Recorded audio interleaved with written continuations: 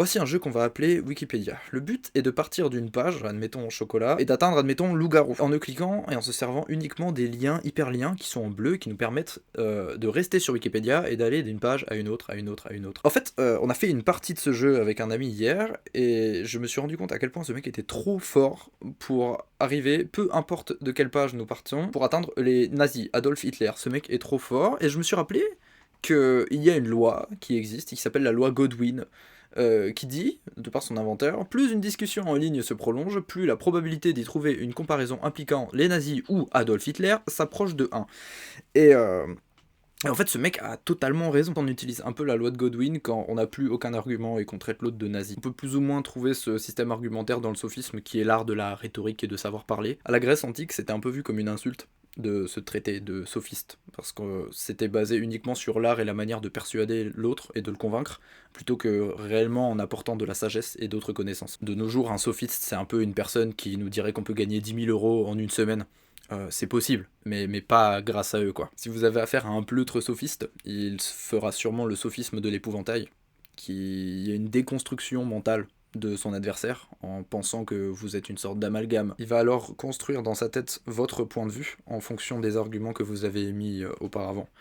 Et il va juste casser cette image que vous avez, en associant votre personne et cette image qu'il a créée de toutes pièces.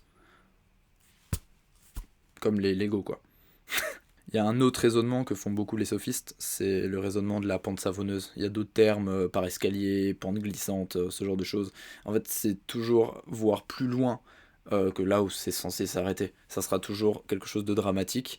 Et juste parce que vous avez 5% de ce raisonnement, vous faites partie de ce raisonnement et vous êtes une personne à part entière dedans. Pour revenir à la loi de Godwin, si on reprend ce qu'a dit Mike Godwin, plus une discussion en ligne se prolonge, alors il y a deux choses importantes là-dessus, c'est le en ligne, sur internet il y a que des animaux, donc ça va forcément parler de nazisme et de Adolf Hitler, mais en fait c'est la notion de se prolonge. S'il y a des mécanismes habituels, ils vont de toute façon revenir, c'est un fait. En théâtre par exemple, il y a Stanislas Nordet, le directeur et metteur en scène du Théâtre National de Strasbourg.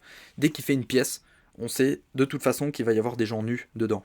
Et on les attend. C'est un peu la loi Godwin de Stanislas Nordet, la loi de Nordet. Donc là où on voit une habitude, quelque chose de réminiscent, on peut y voir des fenêtres d'ouverture. Tout est dans l'art et la manière de voir le problème, si problème y est, parce que finalement, si c'est juste voir tout le temps des gens nus ou des nazis, bon, les nazis c'est un peu chaud peut-être quand même. Ce qui est bon de voir avec cette fenêtre d'ouverture, c'est peu importe le moment difficile dans lequel vous êtes et que vous traversez, il y aura toujours cette petite lumière. En fait, la loi de Godwin, c'est un peu une façon de voir la vie.